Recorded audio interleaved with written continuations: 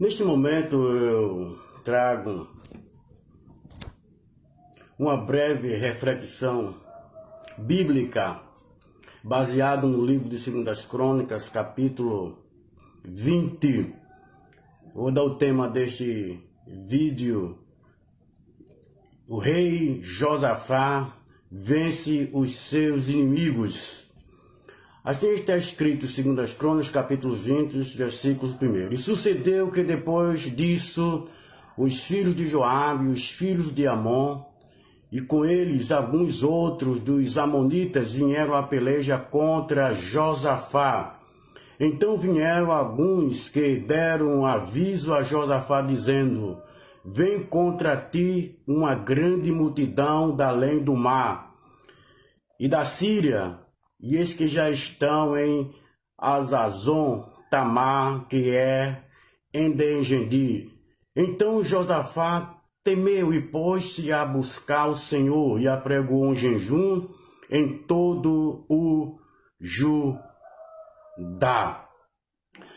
Então, quando Josafá tomou conhecimento que os seus inimigos tinham se aliado contra ele para o destruir, Josafá, conhecendo quem era Deus, tomou o caminho certo, o caminho da oração e o caminho do jejum. Josafá pregoou um jejum e oração em todo Judá para clamar ao Senhor. Ele foi ao templo e começou a invocar ao Senhor. E pôs-se Josafá em pé na congregação de Judá e de Jerusalém, na casa do Senhor, diante do pátio novo. E disse: Senhor Deus de nossos pais, porventura não és tu Deus nos céus? Pois tu és dominador sobre todos os reinos da gente, e na tua força, e na tua mão há força e poder, e não há quem possa te resistir. Josafá conhecia o poder de Deus. Ele passou a depender exclusivamente de uma ação de Deus. Então Josafá continua dizendo ainda: tu, ó Deus, quando mandasse edificar esta casa, esse templo ao Senhor, tu fizeste uma promessa da seguinte maneira, o versículo 9: se algum mal nos sobrevier, espada, juízo, peste ou fome, nós nos apresentaremos diante desta casa e diante de ti, pois teu nome está nesta casa. E clamaremos a ti na nossa angústia, e tu nos ouvirás e livrarás. Josafá conhecia o valor que tinha o templo, que foi reconstruído, um lugar para que o povo de Deus pudesse se congregar e adorar o verdadeiro Deus. Deus santificou aquele lugar toda vez que o seu povo se reunisse ali com o propósito, se Deus mandasse realmente maldição sobre a terra, ou se maldição viesse sobre a terra. E Deus disse a Salomão que os olhos dele estavam voltados àquele templo ali, pronto para ouvir a oração e sarar a sua terra. Então Josafá começa: Deus nosso, porventura não o julgarás, porque em nós não há força perante essa grande multidão que vem contra nós. E não sabemos nós o que faremos, porém os nossos olhos estão postos em ti. Josafá conhecia que diante de tão grande problema que tinha surgido, seus inimigos eram mais fortes do que ele, e ele viu que não tinha como vencê-lo, numericamente falando, em potencial também. Mas Josafá sabia que Deus poderia agir, porque Josafá já tinha conhecimento quem era esse Deus, que ele faz menção nos versículos que Deus livrou Israel com mão forte, com mão poderosa. E ele sabia que Deus era poderoso para agir diante dessa situação. Ele disse: nossos olhos estão postos em ti. Esta deve ser a posição de todos aqueles que conhecem ao Senhor quando se levantam os problemas, né? Os montes se levantam, os gigantes se levantam. Devemos ter essa confiança. O nosso olhar deve estar voltado para cima. É onde Deus está sentado, coroado, né? De poder. É como disse o salmista Davi, né? Elevo os meus olhos para os montes, de onde me virá o socorro? O meu socorro vem do Senhor, que fez os céus e a terra. Então, nós devemos olhar para Deus como sendo maior do que os montes. Nunca devemos olhar para os montes, para os problemas que se levantam como maior do que o nosso Deus. Porque o nosso Deus, ele é transcendente, ou seja, ele está acima de tudo e de todos. Seus atributos que só ele tem, atributos incomunicáveis, né? Há vários atributos em Deus que são comunicáveis, mas tem atributos que são incomunicáveis. Jamais nenhum ser humano teve e terá. Dentre eles nós vemos três, né? A onisciência dele, ele saber todas as coisas.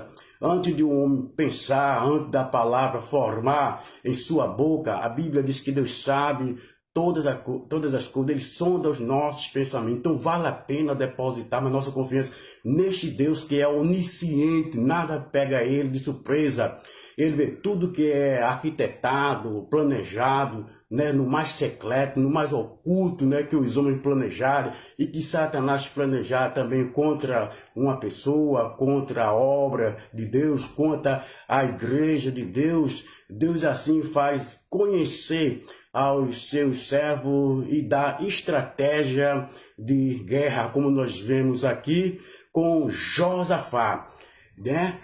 Deus vendo que realmente Josafá não poderia vencer aquela batalha, o próprio Deus deu a estratégia de guerra, como vencer os seus inimigos, diferente das estratégias humanas, porque as estratégias de Deus, elas são diferentes para que o homem não venha dizer que foi através da sua força, do seu intelecto, da sua capacidade, que ele teve vitória, porque a nossa vitória vem do Senhor. Nós vemos isso já na história de Israel para provar quem era Deus. O Golias realmente desafiava o exército de Deus, pedindo um homem para lutar contra ele. Deus não deu um guerreiro, Deus usou um menino, Davi, e com a funda derrubou o gigante Golias, e com a própria espada do gigante Golias, ele decapitou, tirando a sua cabeça. Então vemos que a maneira de Deus agir é maneira simples para mostrar que a intervenção é dele.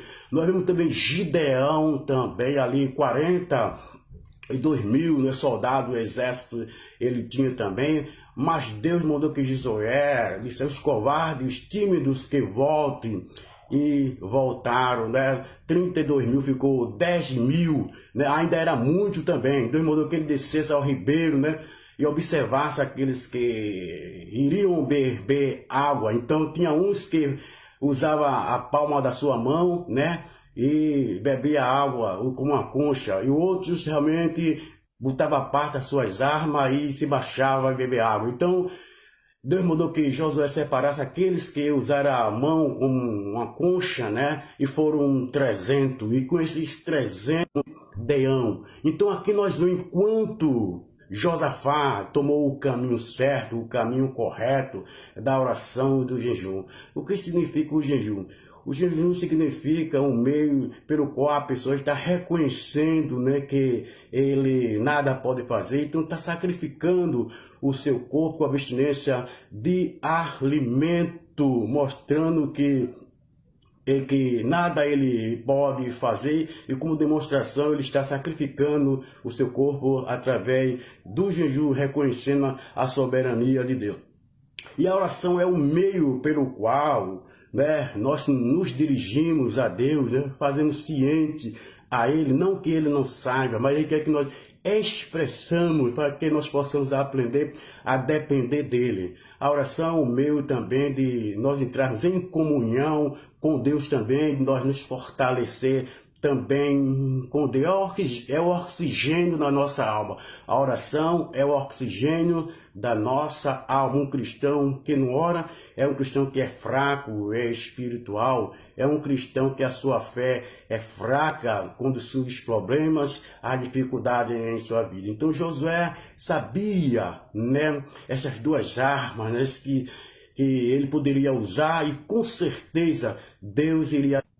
Josué, ele não sabia como Deus iria agir. Então isso também deve ser na vida do cristão. Nós não devemos ficar preocupados como Deus vai agir. Nós devemos ter esta certeza que Ele agirá com certeza. Devemos tão somente clamar. Nós vemos isso quando Moisés estava diante do Mar Vermelho. Jamais passou na cabeça de Moisés que o mar iria se abrir, mas ele cria que Deus poderia agir. E que fez Moisés? Clamou a Deus, e Deus falou o meio pelo qual ele deveria fazer para Deus dar vitória a ele. O que ele tem na mão, uma vara, toca nas águas. Então Moisés tocou nas águas, Deus fez o impossível. Nós devemos fazer o possível e Deus faz o impossível. Então Moisés devia obedecer a ordem de Deus, tocar nas águas, e o milagre iria acontecer. Então aí nós vemos que quando Josafá estava clamando ao Senhor, no versículo 17, aí realmente Deus se interveio. Então Jeaziel disse: dai ouvidos. O versículo de 14 fica melhor para nós entender. Então o versículo 14 diz: então veio o Espírito do Senhor no meio da congregação sobre Jaziel, filho de Zacarias, filho de Benaia, filho de Jeiel, filho de Matania, levita dos filhos de Asaf. Jaziel disse: dai ouvido todo Judá, ou seja, o Espírito Santo de Deus usando, né, Jaziel. E vós, moradores de Jerusalém, e tu, ó rei Josafá, assim o Senhor vos diz: não temais, nem vos assustei por causa desta grande multidão, pois a peleja não é vossa, senão de Deus. E o 17, nesta peleja não terei de pelejar, parai, estais em pé, e vede a salvação do Senhor para convosco, ó Judá e Jerusalém. Não temai, nem vos assustei. Amanhã saí ao encontro, porque o Senhor será convosco. Então o Senhor deu a ordem, deu a estratégia. Amanhã você sairá, porque eu estou com você. Convosco. Josafá se prostrou-se com o rosto em terra, e todo Judá e os moradores de Jerusalém se lançaram perante o Senhor, adorando ao Senhor diante da revelação de Deus, como Deus disse que iria agir.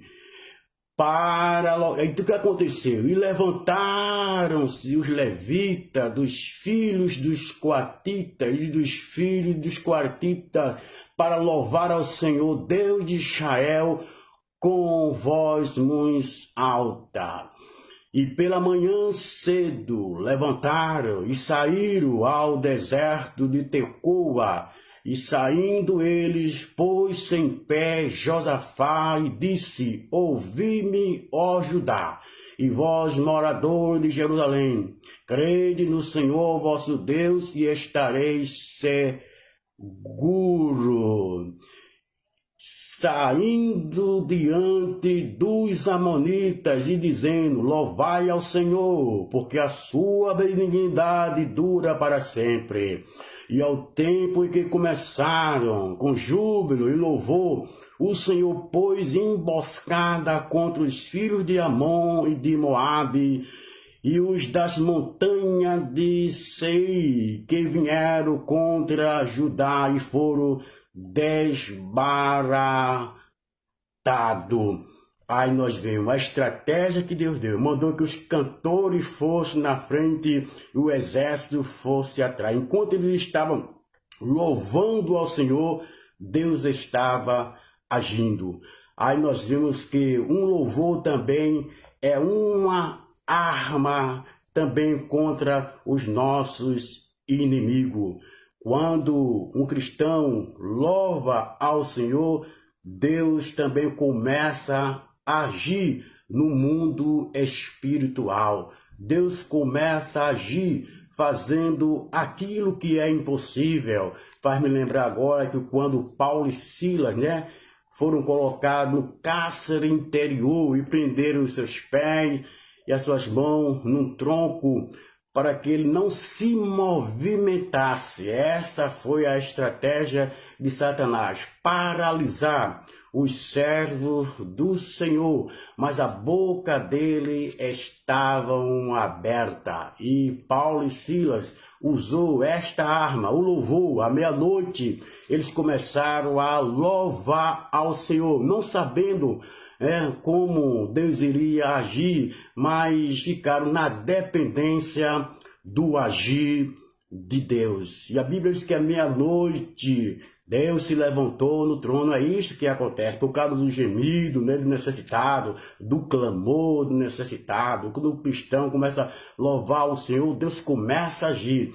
Então Deus se levantou e houve um tempo, uma tempestade, um temporal, um terremoto ali que abalou os alicerces do cárcere onde eles estavam presos. Eles foram soltos e o nome do Senhor foi glorificado. Então foi isso que aconteceu com o rei Josafá. Deus pôs emboscada, O exército de Josafá não moveu um passo, ficou conforme o Senhor ordenou para ele: ficais em pé, parai diante dele e vede o livramento do Senhor. Talvez eu esteja neste momento falando para alguém que está diante de um problema que surgiu em sua vida e você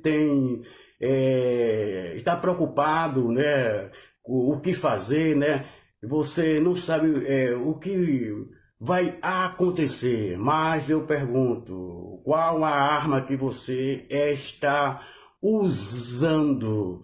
Você já tomou posse das armas pelas quais Deus poderá começar a agir com respeito a esse seu problema, ou só está murmurando? Tome essas armas, a oração e o jejum, e com certeza Deus se levantará no trono e agirá, dando vitória a você. E nós vemos no capítulo 24, entretanto chegou Judá, a atalaia do deserto, e olharam para a multidão, e eis que eram corpos mortos que jaziam em terra, e nenhum escapou. O rei Josafá, quando ele estava em paz, tranquilo, Satanás achou por bem de destruir.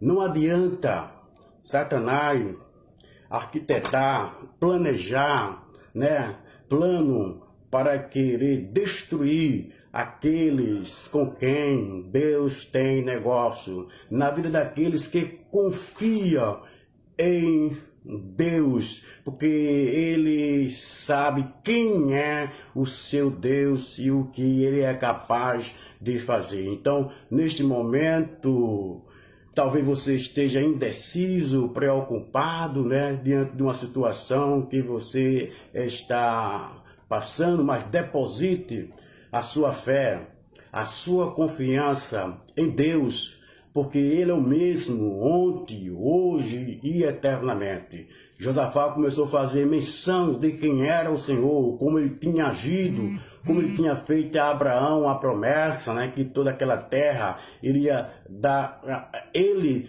e Deus ouviu, atendeu a sua oração. Então, como dissera no início, nosso Deus é o Deus transcendente, está acima de tudo e de todos. Ele é onisciente, como ele dissera, ele sabe todas as coisas, né? Todos os pensamentos, antes que a palavra se forme na boca do ser humano, ele sabe todas as coisas. Também ele é onipresente, ou seja, ele contempla tudo e todos em todos os lugares. Nada pode se esconder da sua presença, porque os seus olhos são como chama de fogo. Ele é onipotente, ele é o Todo-Poderoso, não existe nada impossível para ele. Ele foi o Criador de todas as coisas. Ele criou os céus, a terra, o mar e tudo o que neles há, pelo poder da sua palavra. Ele não se utilizou de obra-prima para criar o universo. Ele chamou à existência aquilo que não existia pelo poder da sua palavra. E ele sustenta o mundo, o universo também pelo poder da sua palavra. Tudo está no seu controle, seja o reino espiritual, seja o reino material. Nada foge do seu controle. Ele reina no reino dos homens. Ele tem o domínio também no reino de Satanás. Tudo está sobre o seu domínio. Ele exalta e ele abate, porque ele é soberano. Então, com essa breve reflexão, que você pare e passe a pensar, né, a conhecer mais quem é o Deus da Bíblia. O Deus da Bíblia, ele é o Criador de todas as coisas, né? Quando o homem lê a palavra de Deus, a palavra de Deus, ela gera fé no coração do homem. A palavra de Deus também, ela acrescenta fé no coração do homem. A palavra de Deus também desperta a fé no coração do homem, né? A três maneira desta fé está na vida do ser humano. Alguma coisa é certa, sem fé é impossível agradar a Deus. Sem fé é impossível o homem conquistar as vitórias. É impossível o homem fazer Deus agir, apesar de Deus ser o todo poderoso, mas a nossa fé ativa, né, a ação de Deus, mobiliza Deus agir, né? Deus se levanta porque ele tem prazer em ver quando o ser humano depende dele. Então, neste momento, onde está a sua fé? Foi isso que Jesus perguntou em um episódio que aconteceu quando ele estava em alto mar com os seus discípulos. Surgiu uma grande tempestade e Jesus usou três expressões naquele momento. Quando os discípulos viram que não puderam resolver aquele problema e o barco estava enchendo-se d'água, eles recorreram a Jesus, né? Não te dá que pereçamos.